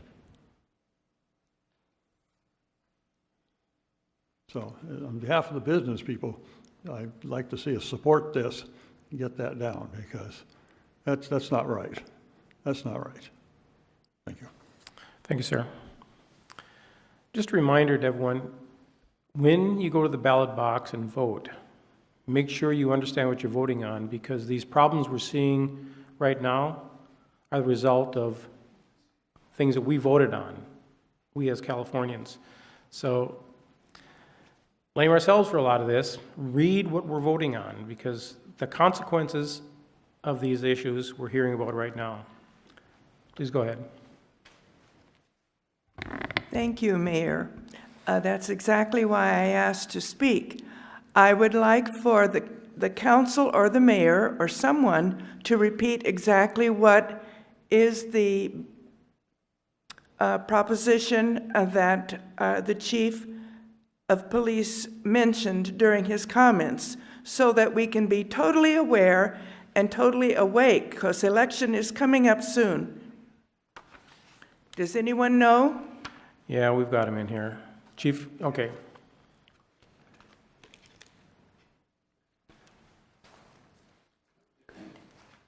Now, actually, these have already been voted on, but that's okay. It's important that we can go back and learn from history. It's actually a great question. So it's not a proposition yet. Right now, they need to collect enough signatures to create a ballot initiative. So if you're so inclined, you can go to Keep California Safe, and there's a petition you can sign. Okay. And Mr. Mayor, the name of the act that is being discussed is Reducing Crime and Keeping California Safe Act of 2018. Okay.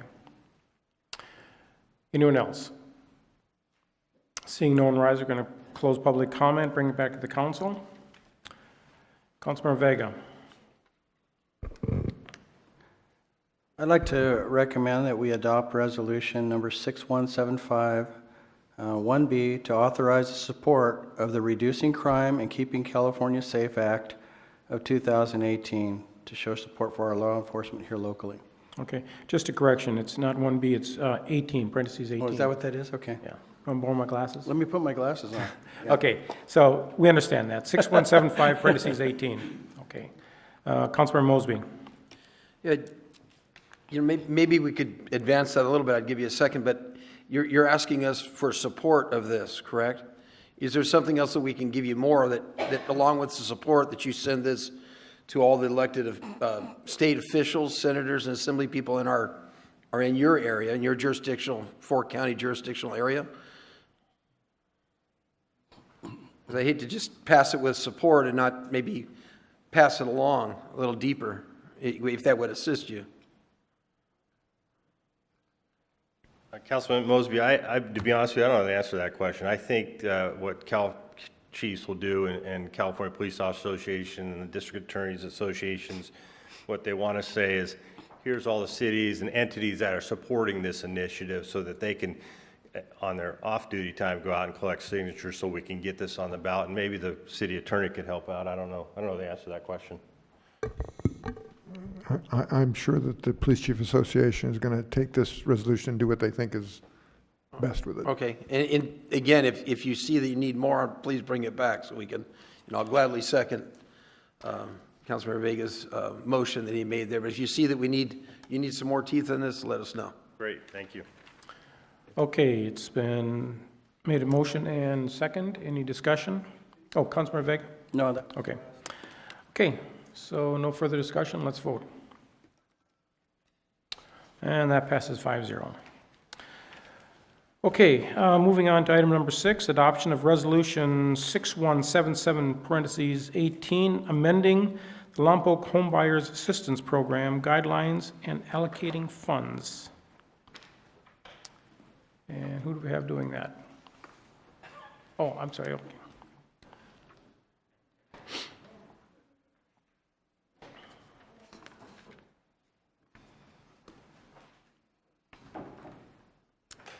Can you set the mood lighting tonight?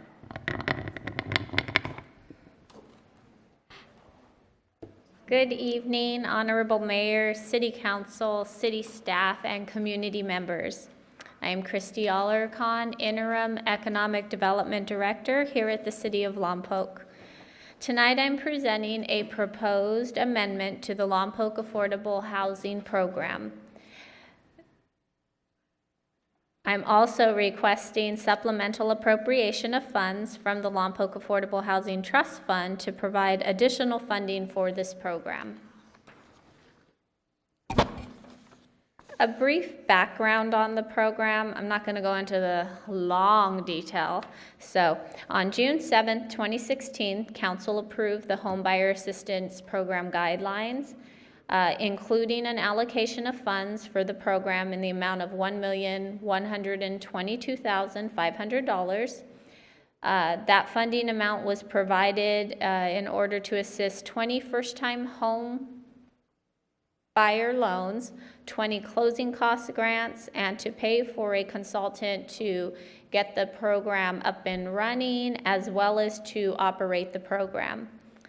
In December 2016, the city closed escrow on our first home buyer assistance loan. I've included a program accomplishment table there. Since our first loan in December, we've assisted 10 low-income households with purchasing their first homes in Lompoc. And you'll see there kind of the loan date range, the purchase price they were, their buying power, I like to call it, the grant amount they got, and then their loan amount. As you may recall, the program had been approved to provide secondary loans up to $50,000 per loan for 30 years at a 3% interest rate, but there are no payments required until the end of the loan term or until the sale of the property, or if the home buyer refinances, they can pay us off at that point in time. While the program participation has been steady, there have been various limiting factors to seeing this program move at a quicker pace.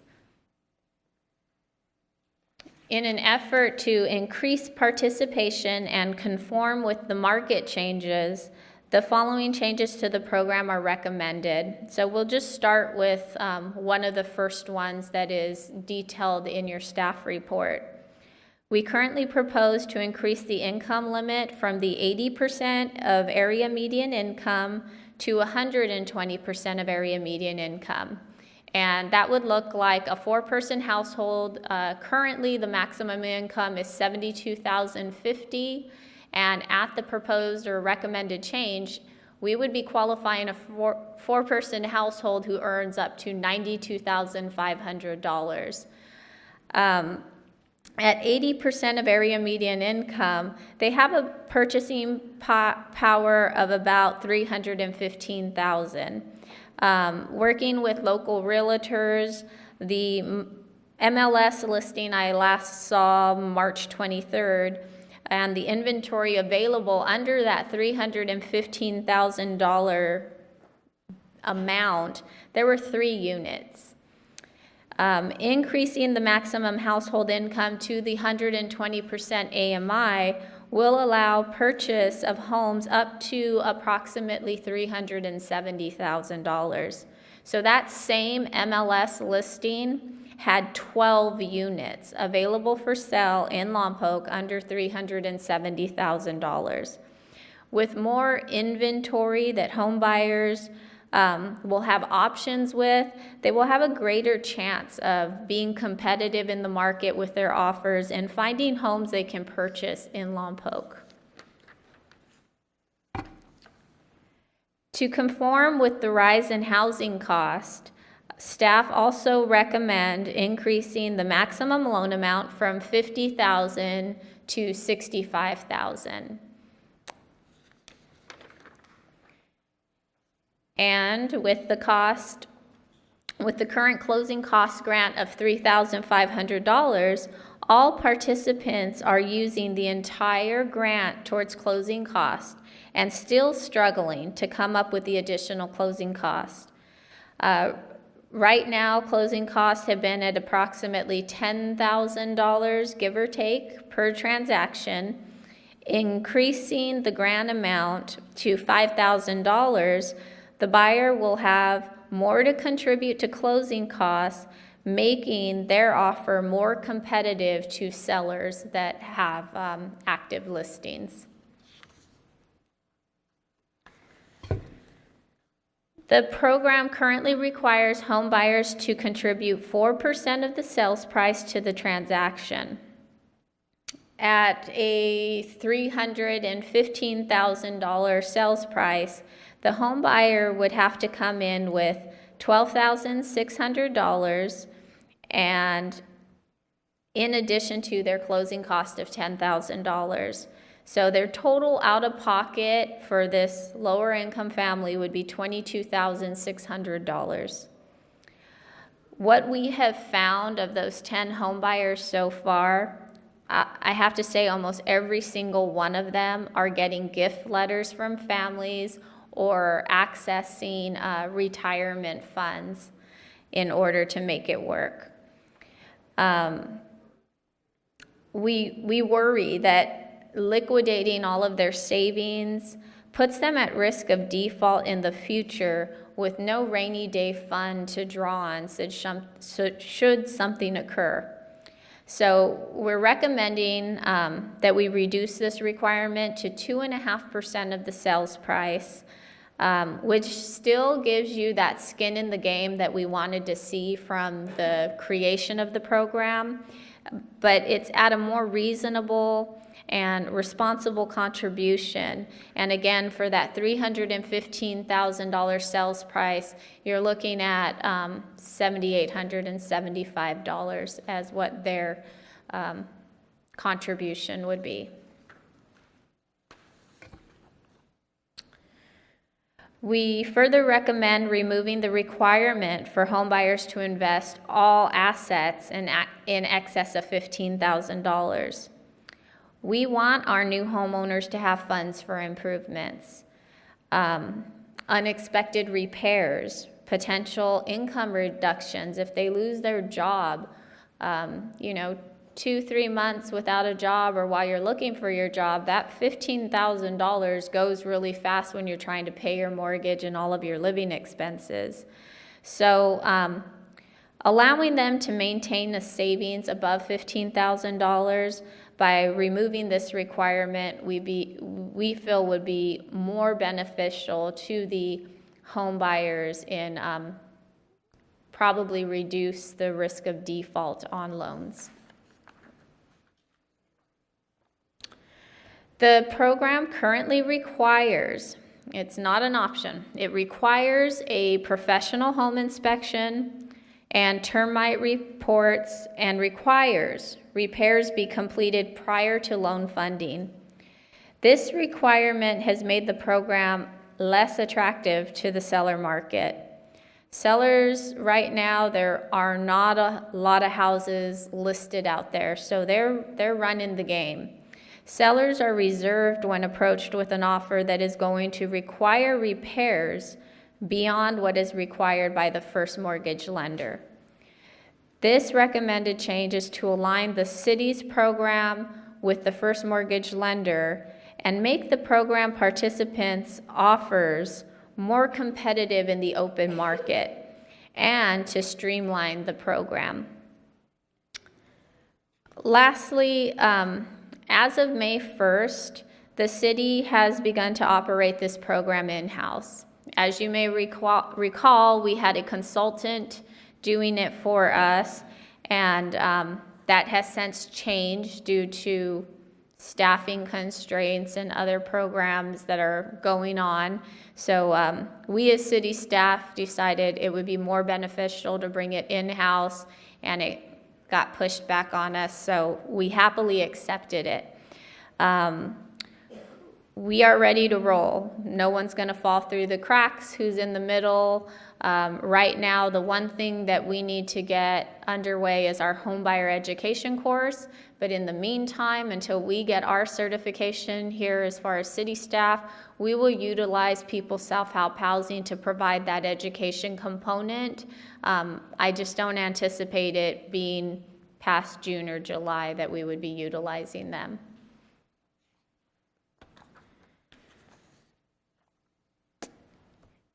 In an effort to be efficient in the delivery of the program and in anticipating an increased participation because of the changes in guidelines, additional funding is being recommended prior to fully utilizing the currently available remaining approved funding as detailed. So you'll see this first column here with the total of $599,607. That's our balance right now from the last program approval, approximately. $3,190,000 is estimated as remaining funding in the Housing Trust Fund for program activities.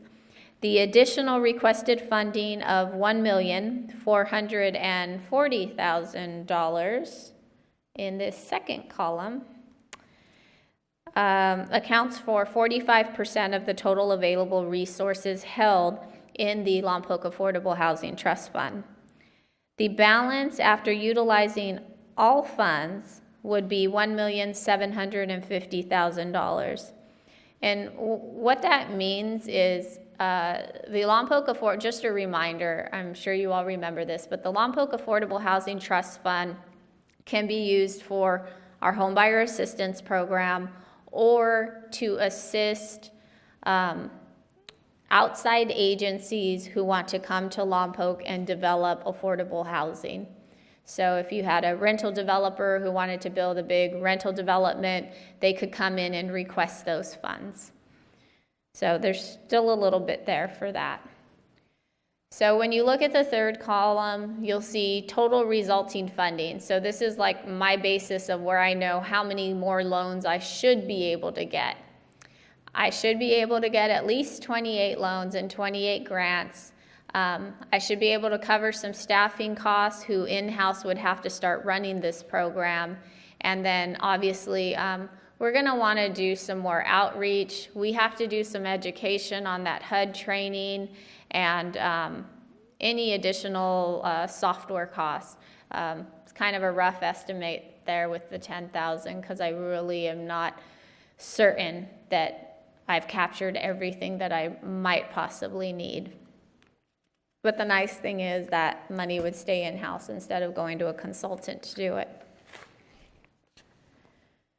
So in conclusion, staff recommends council adopt resolution number 617718, approving the recommended changes to the program and the appropriation of an additional $1,440,000 from fund balance reserves of the Lompoc Affordable Housing Trust Fund to fund the program which will provide program funds for 20 additional loans estimated at $65,000 per loan, and closing cost grants for 20 additional grants estimated at $5,000 each. I don't want to confuse you. I did say 28 there, but the extra money is really for 20. We can do 8 with this one. So I just wanted to be clear. And in closing, I really do, this program was very much requested by council and by our community. So I want to thank you to all of the community members who made those first 10 loans happen, from our consultant, the Santa Barbara Housing Trust Fund, People's Self-Help Housing, our local realtors. We have one that has done a ton of these loans. Our lenders who worked with us to get through the programs, our local escrow officers, our city staff who really worked hard to work with all these groups to make sure these programs and loans closed. And then I just really want to push forward that I know it was our first year in the program, and we are looking to improve it, but I want to remind you, there are 10 families that are at home tonight in their own home in Lompoc, a home that they own because of this program and all of our efforts. So I think it has been a success thus far, and I hope that it continues to succeed. So thank you. Thank you, Christy. Councilmember Starbuck. Yeah, Christy, just to mention, Councilmember Vega and myself, we've sat on this ad hoc several meetings and all. A couple of things I think that we should really make available to public is that this money is restricted to affordable housing only. It's not money that's being drawn out of other funds. This is the sole purpose of this money. The intent of the program originally was that we didn't give our money to developers to come in and develop low-income apartments, but to provide homes for low-income families to have ownership. What I particularly like about this program is we're not giving the money to developers for low-income housing. We're giving it to people that will repay the loans. So eventually we're going to, receive this funds back and be able to loan them again. So, no, I think it's a great program. I'm glad that we finally are wheels on the ground with it and moving. So I'm definitely a big supporter of it. Councilmember Vega. Christy, thank you for bringing this forward. I think one of my questions here would be, so People's Self-Help will not be a part of the underwriting, as we say. You mentioned that it's only going to be part of the education part of this for the home buyer. Is that correct? Correct. So the underwriting will be in-house with our Community Development Division staff. We have one staff person who handles multiple programs, but that will be her carving out a component of her day to put attention to this program. The one component that we do not have that certification yet, we will get it, but is the education, the HUD certified education.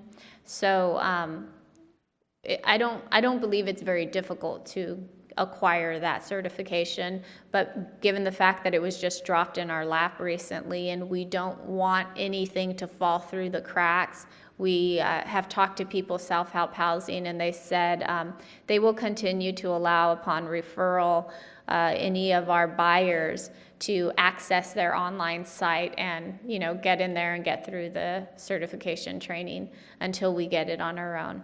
And they've been great. They're really willing to help us to get our certification and point us in the right direction. So we're really grateful to that partnership. Another question is the closing cost cap at $5,000. It's a little bit more than it was, but I hate to see the closing costs be the reason they don't get the house if the seller contribution isn't there. I'm not sure if there's any other way of putting some other caveat in there of any more money in the, not to offer it up front, but in case someone reaches an impasse where the seller does not want to contribute, or the buyer doesn't have that aspect of it, but they have the other part of the down payment.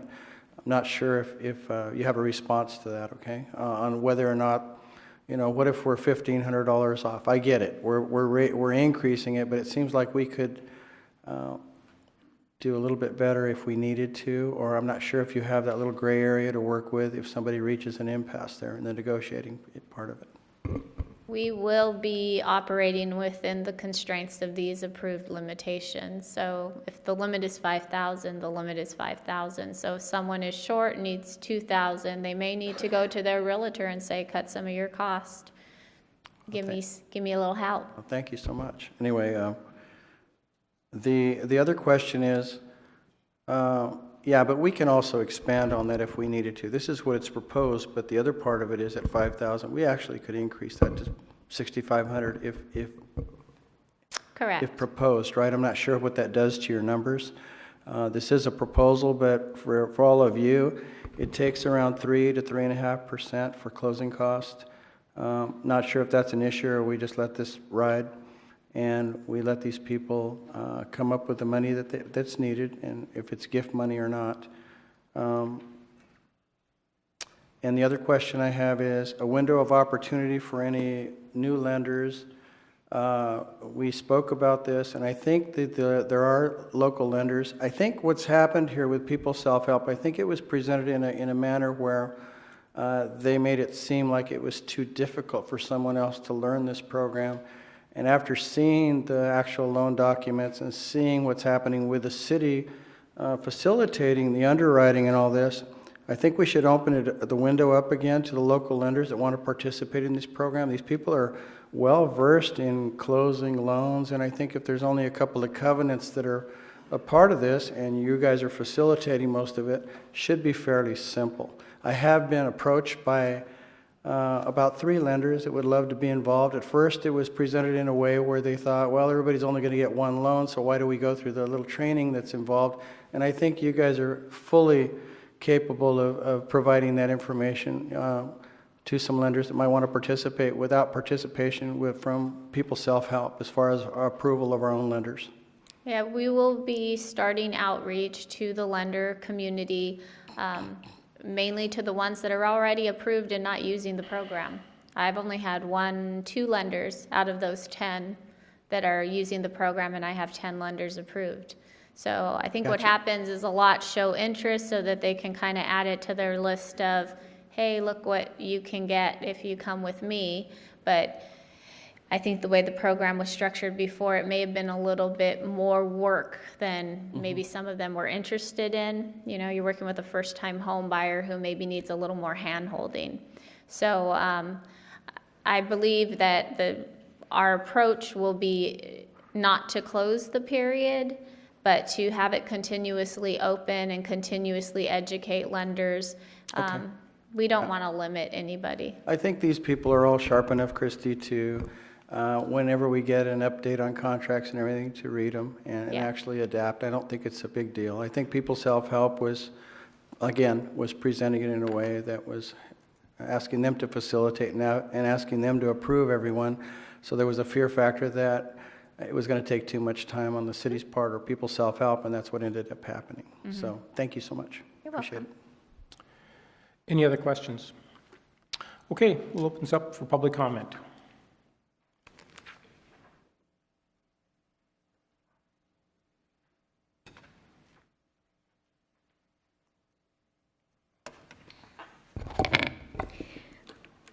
Good evening. My name is Maria Guiniga. I'm a local real estate broker as well as a board member for the Lompoc Valley Association of Realtors. I'm here on behalf of the Lompoc Valley Association of Realtors to support the proposed changes to the down payment assistance program. Ms. Alarcon reached out to the realtors, lenders, and escrow officers who were utilizing the program for suggestions to improve the program. The proposal tonight reflects many of our suggestions. Many of my clients are not happy homeowners because of this program. Homeownership is a significant boost to our local economy. Homeowners help reset property values to current market values, generating increased property taxes and sales tax revenues. This is a positive improvement which will help more families in the local economy. I would like to thank Ms. Alarcon and the city staff for being receptive and proactive with our suggestions. As of right now, literally right now, I was just looking at the MLS, we have 21 listings under $375,000. So, and just, I want to touch on the closing cost. I would say your average closing cost right now, it's probably $7,500 to $9,000. So I think it's great that it was improved from $35,000 to $5,000, but I think if we went just a little bit higher, maybe $7,000 max, that doesn't mean that the buyer has to utilize it. If the buyer has the funds, they will utilize their funds. This is only for people who really need those funds to make the deal work. And a lot of people don't understand that there's many, I've met so many, I believe in the program and I'm always promoting it, but you're talking about a city employee and maybe a county employee who are paying rent, qualify income-wise, but just can't save enough money to $20,000 or so that would take to purchase a home. So a program like this is giving them the ability to become homeowners and not be renters. Thank you. Thank you, ma'am. Next, please. Okay, seeing no one rise, we're going to close public comment, bring it back to the council. Councilmember Vega. I'd like to recommend the adoption of Resolution 617718, amending the Lompoc Home Buyers Assistance Program guidelines and allocation of funds, but with a caveat to adjust the closing cost. I think that Maria Guiniga has closed most of the loans with the city, and she's seen most of the hardships and the people that have come up there. And being a representative of the Board of Realtors, as she is, I think I'd like us to capitalize on that recommendation that we increase closing cost, if necessary, to the $7,000 mark, being that closing costs are increasing because the purchase price for the home increased also. And all prices all of the costs are commensurate with the purchase price. So as we raise it to $370, so will the closing cost increase, so will the taxes. So that would be my proposal. Okay. We have a motion. Do we have a second? Okay, without a second, that motion will fail. Councilmember Mosby. Oh, I'd give him a second. I was thinking Councilmember Starbuck had something on it, but I'll give him a second so we can have a discussion. So we have a motion and a second. Any discussion? I was just going to make a thing here. I would support the resolution. I understand that closing costs may be an issue, but of all the parts of this program, closing costs is something that the city will not recover. I'd like to adopt it and go with the program as it's written right now. And Ms. Alarcon, if you come into these where all of a sudden we're having it as a roadblock, then we can re-amend the program with another resolution again. But basically, you know, we're going to have to redo this if we make that motion, and I'd like to be able to see this happen quicker now. If it is an issue with the closing costs, then let's go ahead and we can modify that with another resolution at a later date. I did want to share that the program guidelines as originally adopted did not require me to return to council to make any changes. So it's currently written that way. So if we see that we need to adjust the closing cost grant, we could do it without coming back to council, but the issue is then I wouldn't meet the estimated number of households assisted. If I'm giving more money, it might reduce that number a little bit. So, and we may have to return for additional appropriations. So, but if we get, 6 months into this, a year into this, and we realize, wow, a lot of people are still struggling with those closing costs, then absolutely I would come back and say, hey, give me more money. We have it there. We have $1,300,000 or something like that there that we can ask to allocate to that. So I don't see any reason with going forward as is and then coming back to you guys if it seems like it is an issue. Councilmember Osborne. I tend to agree with Councilmember Starbuck. I think you have a really strong program here and that your boots on the ground will be able to better assess and bring that back to us. I'd rather help more individuals with as much funds as possible rather than stressing about what their level of skin in the game is regarding their 5,000 grant versus 7,000. So I fully support it as written and would vote for it that way. Councilmember Vega. I'm going to stick to my original proposal. I think we're listening to a real estate professional. I think we're not thinking correctly by not allowing the funds there to allow the buyer to be successful. As you guys have heard, the inventory is very, very low here in Lompoc. It's very difficult to compete. Even at the purchase price, you're going to have people coming in with different amounts of money, and they're going to be able to compete, and you're not just going to be the only offer on the block. There are people here from out of town coming in, blowing people pretty much out of the water based on their offers. So I just want to make sure that we're allowing these people to be successful in a program that does have the city contributing. And it's something we do note on the contracts that the city is contributing a certain amount from this down payment assistance program. So the sellers are aware of it. Anything else? Councilmember Vega? That's it. I just want to stick with that, and hopefully Councilman Mosley will still give me the second. I think that it's a success item. Councilmember Starbuck. I guess the question is, if we change this, we're going to change the resolution, so this will have to come back if we approve Councilmember Vega's. No, we can just change on page 5 of, or page 8 of the guidelines. Of the what? On page 8 of the guidelines, it now says $5,000. We'll change that to $7,000, and we'll increase the appropriation by $30,000 or somewhere around, by $40,000. So you can make those you can just direct those interlineations be made tonight.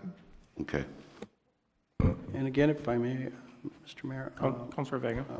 Councilman Starbuck, also, the money is in this fund and could be used by anyone. So I'm thinking to ourselves, why don't we utilize it for the benefit of our own city, our own economic development, provide an incentive and help the EDC move forward with providing an excellent program from which people can be successful in their home buying endeavors. You know, why kill the dream for a couple $1,000s? We're seeing from the real estate professional out there that actually has closed more loans through this program. She's seen the hardships, and there probably have been more people out there that would love to utilize this program and don't have the money. I don't think it was meant that everybody had to have a shoebox full of money to use this program. Councilmember Vega. Excuse me, Councilmember Starbuck. Don't do that again. But I have no problems with it. Like I say, you and I have sat for several hours with Ms. Alicon on it. I fully am aware of this. For many years, fought to get this program in place. I just, don't want to flip-flop or do something that we get all weird here. So, obviously I'm going to support it. It just, how much is enough at some time? Again, let me reiterate, the numbers that were given to us, $7,000 doesn't cover all the closing costs. There's still going to have to be some contribution and some money that comes in. Mayor and council, we just wanted to mention that appropriation would be $56,000 for 28 loans at $2,000 each. And so the changes would be, as I said before, on page 8, we go from 5,000 to 7,000. And then on the resolution itself, on page 2 of the resolution, near the bottom, right now it says closing cross grants of 100,000. That would be changed to 156,000. And then on section 4, page 3 of that resolution, it would be changed from $1,440,000 to $1,496,000. I just want to add one thing. So the grant amount before was based on a household that earned a maximum of 80% of area median income. If I could pull my slide up again, I would, but just a 4-person household at 80% of area median income earns $72,000 about a year. We are now talking about assisting households that earn up to 120% of area median income.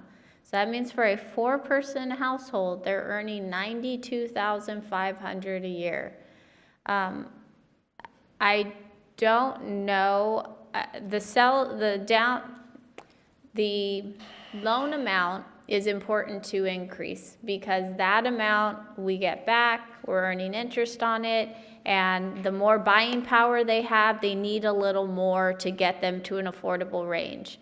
Not as much as a lower income person would need, but a moderate income person still needs a little more. On the closing cost side of it, a family earning at that level should have a little bit more disposable income. I'm not as worried about that income level as I am always worried about the 80% level. The 80% level is your level that's living paycheck to paycheck. So I'm good either way with whatever council chooses to do, but I do want to just make you aware of that, since it's one of your concerns, Councilmember Starbuck. Councilmember Vega. And Christie, I want to thank you for all your work. I'm just trying to make it work. We were supposed to do 20 loans previously. I think we ended up closing 10, I believe. So we were only halfway through this. So had it been all that, as far as because of inventory and because of the process, we would have closed 20 loans, and I would be happy to go ahead and say, yes, you're correct. Let's not give away some money. But at this point here, we've only closed half of the previously projected, and we're looking to use up this money for local people instead of somebody coming in and asking for that money, and that's why I want to thank you again for bringing up this proposal to raise the appropriations. And I do thank you, and we're all on the same page. I'm just trying to make it work, make it a little bit easier. We are in a competitive market right now. The market is very tight. There's not much inventory. If you go look for a $300,000 home, good luck. You better have some money. They're not going to come in with a city program, and you're going to have to sell yourself. And if you know somebody out there and you have the trust factor, you have to utilize what you have to show somebody that they're solid buyers, because they're going to see some sort of secondary financing in there, which is a question mark when you're competing with sellers. So I'm going to stand by my previous motion. I hope you guys stand by this, because we're just trying to make it successful. Councilman Starbuck, where else is this money going to go? We should keep it here in Lompoc. Okay, it's been moved and seconded. Any further discussion? Let's vote. Okay, that passes 5-0. Okay, council is now going to recess to a closed session where we have one item on the agenda. It is a conference with real property negotiators. We will return immediately after closed session and wrap things up.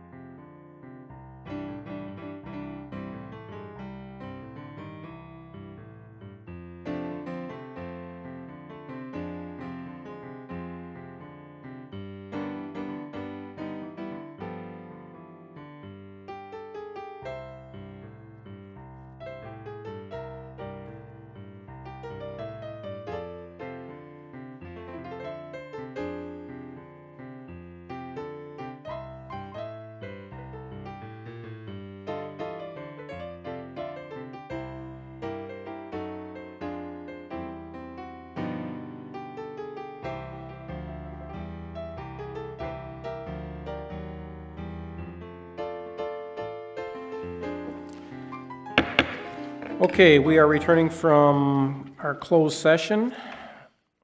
City Attorney, do we have anything to report? Correct. No reportable action. Okay, written communications.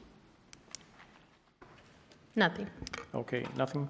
Oral communications, this is your last opportunity to speak to us for up to 2 minutes on any item that can come before the council. And there is no one in the chambers, so we're going to close oral communication. Go to council requests, comments, and meeting reports. We'll start with Councilmember Vega. At this time, nothing to report. I would like to mention that we have the Mission to Mars this weekend, and I'd like everybody to attend. It's a great endeavor, and that's it. Councilmember Mosby. Yeah, I did represent the city of Lompoc at SB CAG's meeting. Also, I just want to make a comment about Mylar balloons. It is illegal in the state of California to release Mylar balloons. And the last electric shortage and outage that we had up in Crestview Terrace was caused by Mylar balloons. So those are those little shiny balloons that people let go and they get in the power lines and short things out. So people need to be mindful with graduation season coming up. Don't let those things go. Okay, Councilmember Starbuck. No reports, just would like to do a shout out to the Beautification Commission on their work weekend. A lot of work and look good. Councilmember Osborne. So 2 informational things going on before the next council meeting on Monday, May 14th from 9 to 2. It's National Public Works Week, and the corporate yards on 1300 West Laurel will be open from 9 to 2, and the public is welcome to come out and see what's going on. And then the Housing Authority for the County of Santa Barbara announced that Section 8 waitlist will be reopened on 5/7/18, so May 7th, and that's the first time since 2009. And you can go to hasbarco.org to put in your pre-application to be a part of that. So I know that's vital to some members of our community to know that waitlist is reopened again. I attended the Lompoc Job Fair. I want to thank all of the industries that came out and let our community know what jobs were available. It was huge attendance and huge representation, so thank you for putting that on. I represented the city as Mayor Pro Tem for the Lompoc Elks Public Safety Night, and I want to congratulate our fire department, Cody Lee, for an outstanding performance award given by the Elks Lodge, our police department officer, Brian Guerrera, for also receiving an outstanding performance award. And then there was the Special Valor Award, which was jointly awarded to Officer David Garcia and Sergio Arias. So congratulations to our public safety staff for winning those awards.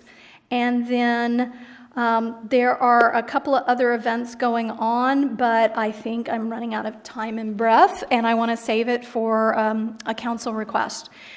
This evening we had a lot of people present, and thank you for being here. And I know we took a really long time in closed session, so you've all left, but there was issues about upkeep of our community and the lack of the flowers and the amount of weeds and knowing that we're short-staffed there.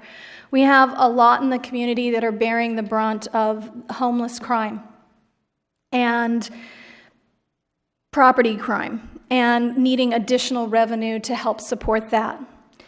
And then we have the cleanup plans that are going on and moving forward for the riverbed. And then we have requests for additional patrols of other areas and a request to patrol the riverbed more and be more proactive. So, month before last, we had our cannabis consultant tell us we could have between $800K and $1 million to $3 million if we taxed cannabis. And we turned that down. And then the following month, we had a presentation by staff showing us where our variances were. And we can't keep turning away from revenue. Costs are going up no matter how much we look to become more efficient with our staff, with how we do our work. We're going to do adjustments, but I think we need to reconsider, given the information provided to us by our consultant and given the information the following meeting given to us by staff, to go back and look at the cannabis tax. So I'd like to propose bringing back a cannabis tax at 6% sales maximum, with 3% for manufacturing and cultivation, 0% at taxing, 1% for distribution and nurseries, and a 6% cap on micro businesses. And a new addition would be to phase in the sales tax, start at 2% the first year and add 1% per increase per year until it reaches the 6%. I'd like to see that move forward and have it brought back and put it on the ballot and let our community vote to supporting public safety, improving our parks, and making our community look good again, because we need that, and I'm not sure where we're going to find that money, and it's wrong of us to ignore this potential revenue. So I believe what you're requesting is that we bring it back for a look at the vote again, okay, at a future, possibly the next meeting. I'll give you a second on that. And I'll give you a third. Okay, and we've got 3. Okay, so we'll bring back at the next council meeting, looking at the vote on the cannabis tax. Okay, is there anything else? That's it. Okay. April 14th through the 19th, I was representing NCPA and the City of Lompoc in Washington, D.C. NCPA paid all of my expenses, so it was nothing at the expense of the city. And then the April 25th and the 26th, also representing NCPA in our city, I was in Roseville, and the city paid my mileage. I used my own vehicle, paid my mileage, and a one night in a motel. Let's see, on Saturday the 28th, all of us were involved in a city manager interviews, and we're moving forward with possibly, hopefully in the near future, getting a new city manager. And on April 30th, I believe it was Councilmember Osborne and myself, we were at the Celebration of Life. And if there's another council member there, I'm not sure. Celebration of Life for a recently retired firefighter, Carl Edwards, that we attended. So, and that's all I have to report. This Lompoc City Council meeting is adjourned to a regular meeting at 6:30 p.m. on Tuesday, May 15th. Good night.